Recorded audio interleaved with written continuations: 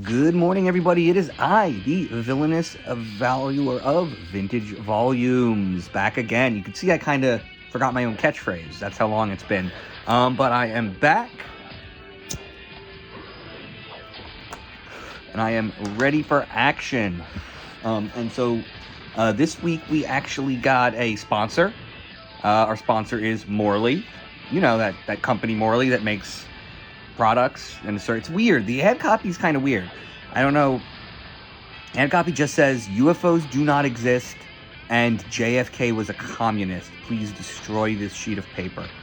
So yeah, shout out to Morley and thank you very much for sponsoring us. And now let's go about our regular show.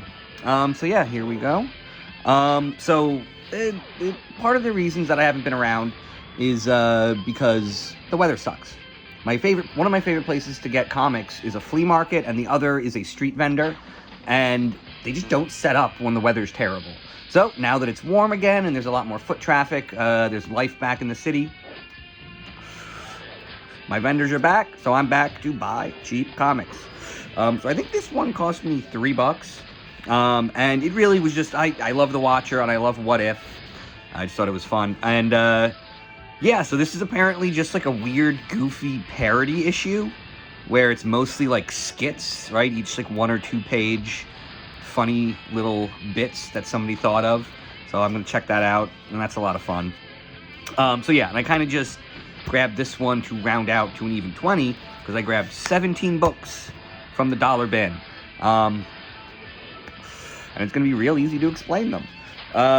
It's a single run. We had issue 2 through 18 of the Bronze Age Star Trek comic that came out as a sort of continuation of the motion picture, I guess.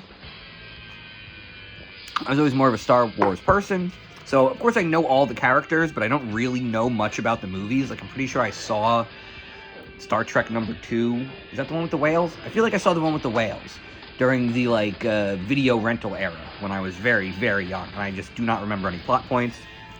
So I just really don't know the world these stories are going to take place in. But I already read the first issue, and it's a lot of fun. I guess apparently Spock was gone from the crew at the end of the first one, going to train. Very, very Star Warsian, right? Very much going to Dagobah. He's going to train with the logic masters of Vulcan. Vulcan? Is Vulcan the name of the planet? He is a Vulcan. It's the race? Is it the planet? I don't want to say the planet is Vulca and they're Vulcans. I don't think that's true. I don't know anything. And that is why, yeah. So I figured, what a great way to just instantly dive right into the bin, see a long run. Just go for it. I'm going to read these, gonna have a blast. There's one common Vulcan cliche. I mean, this exists across, you know, multiple art forms and genres, but this idea, the idea that, my God, Spock, even if you achieve perfect logic, you'll pay a price. It's given your planet peace, but no art, no music, no poetry. It's just, I don't think creativity is illogical, right? Like, that's what they're basically putting, creativity and logic on 2 different sides of the, and like, I understand the left-right brain nonsense. I don't really believe it as much as people, you know, the kind of dime store, you know, headline grabbing understanding of science usually isn't correct. So I just don't see it. I feel like art and, you know, creativity in general, right? Peace, music, poetry. I think those things, you know, art, music, and poetry are logical things. They are a way of exploring a concept that may actually inform something that is entirely practical. It's sort of one of those, I don't know, there's like a certain thing, like, we should be trying to discover stuff even if we can't explain how it's going to be practical, right? Like, we should be using the Large Hadron Collider to smash particles together to try to create new knowledge about stuff that has no value, because it will have value even if we don't yet, right? So, like, even, I don't know, I just don't think, you know, this dichotomy where on the one hand you have, you know, emotion, and the other hand you have logic, right? It's also what we're talking about here, right? You know, art is, tends to be emotionally driven. You know, and logic is, reasoning. And it's like, no, they're not really the opposite. Like, spending time listening to music makes people happier, and everyone performs better when they're happy, right? Like, there is this thing of, I don't know, like, not having any form of leisure and not having creativity. It does have downsides, and those and to like walk into a scenario and decide on those downsides, that is actually illogical. So I don't know. I think the Vulcans would have a very weird form of music, right? They would have very weird art. I think it would all be, like Sol LeWitt kind of, algorithmically generated grids of shapes that they found pleasing in interesting ways. I don't necessarily think they would be doing, Renaissance era, murals. But, round figures. I don't think they're doing that. But yeah, so those are the books. This is going to be a real quick one.